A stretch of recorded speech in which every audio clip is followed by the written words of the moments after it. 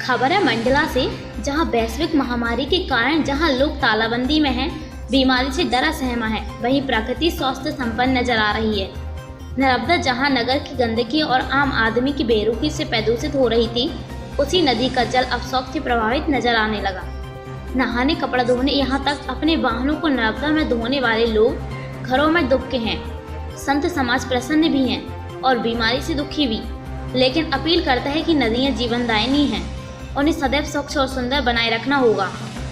यह मंडला का सहस्त्रधारा पर्यटन स्थल है, जहां प्रत्येक दिन सैकड़ों लोग पहुंचते हैं, लेकिन बीते 1 महीने से यहां पर्यटन बंद है।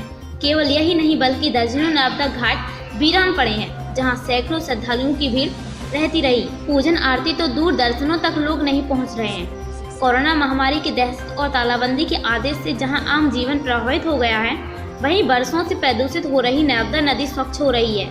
जानवर बताते हैं कि नर्मदा में सीधे जाने वाली गंदगी और आम आदमी के हस्तक्षेप नहीं होने के चलते नर्मदा का पानी हरितिमा ले रहा है। नर्मदा तट पे मंदिर के पुजारी यज्ञपी तालाबंदी से परेशान हैं, लेकिन मां नर्मदा का यह स्वरूप देख प्रसन्न हो रहे हैं। उनका कहना है कि बीते 40 सालों में मैंने इतना स्वच्छ और सुखद जल नर्मदा का नहीं देखा है।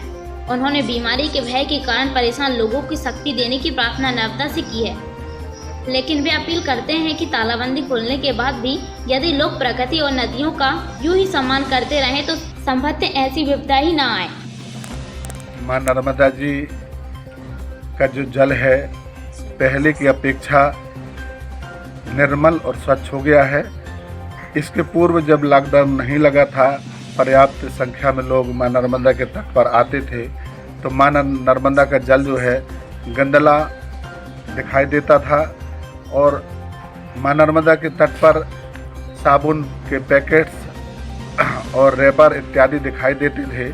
लेकिन अभी घाट और माँ नर्मदा का जल बहुत ही निर्मल और स्वच्छ हो गया है, जो स्पष्ट दिखाई देता है। माँ नर्मदा के अंदर पड़े हुए कंकड़ पत्थर तक जल के नीचे दिखाई देते हैं। उन 16 नालों की बात की जाए तो क्या कहेंगे? संभवतः 16 नालों में भी अभी बहुत ज़्यादा गंदगी नहीं आ रही है, इसलिए माँ नर्मदा के जल में वो गंदगी दिखाई नहीं देती है जो पहले दिखाई देती थी। नर्मदा के तट पर स्थित नगर है, तो देखने में आ रहा है कि नर्मदा का जल जो अस्वच्छ रहता था, अशुद्ध रहता था, वह बड़ा निर्मल दिखलाई दे रहा है, शुद्ध दिखलाई दे रहा है। और उसका बड़ा कारण ये है कि हम सामान्य रूप से जल का जो दुरुपयोग करते थे, वो दुरुपयोग हम नहीं कर रहे हैं, बल्कि उपयोग भी नहीं हो पा रहा है लॉकडाउन के कारण।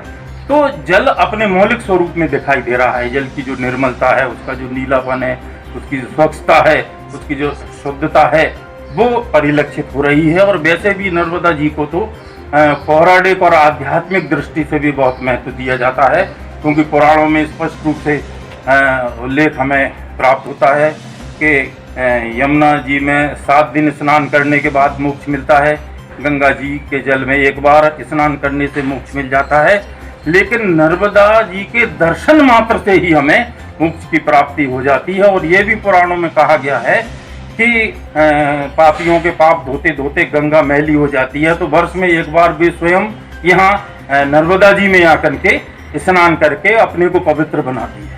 तो ऐसी पवित्र नदी के तट पर हम रह रहे हैं। और वैसे भी आर्थिक दृष्टि से भी देखा जाए तो मध्य प्रदेश की वो जीवन रेखाएं, सिंचाई की दृष्टि से,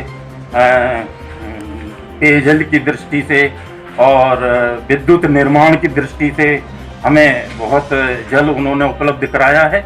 और मध्य प्रदेश की आर्थिक स्थिति को श्रेष्ठ बनाने में उनकी बहुत बड़ी उपयोगिता है। लेकिन हम मनुष्य बहुत अधिक लोभी होते चले जा रहे हैं, हम अज्ञानी होते चले जा रहे हैं, हम अविवेकी होते चले जा रहे हैं, अपने पैरों पर हम कुल्हाड़ी मार रहे हैं और हम एक तरह से कृतज्ञ हो गए हैं कि हम जल का उपयोग तो करते हैं, लेकिन हम दुरुपयोग करने से भी नहीं चूकते हैं। जो कारखाने हैं उनके रासायनिक पदार्थ, अवशिष्ट पदार्थ, गंदे नालियाँ, नाले, ये सब मिल रहे हैं। हम पूजन सामग्री अंधाधुंध ढंग से उनमें फेंक रहे हैं, साबुन सोडे का उपयोग कर रहे हैं, वाहनों को हम उनमें धो रहे हैं।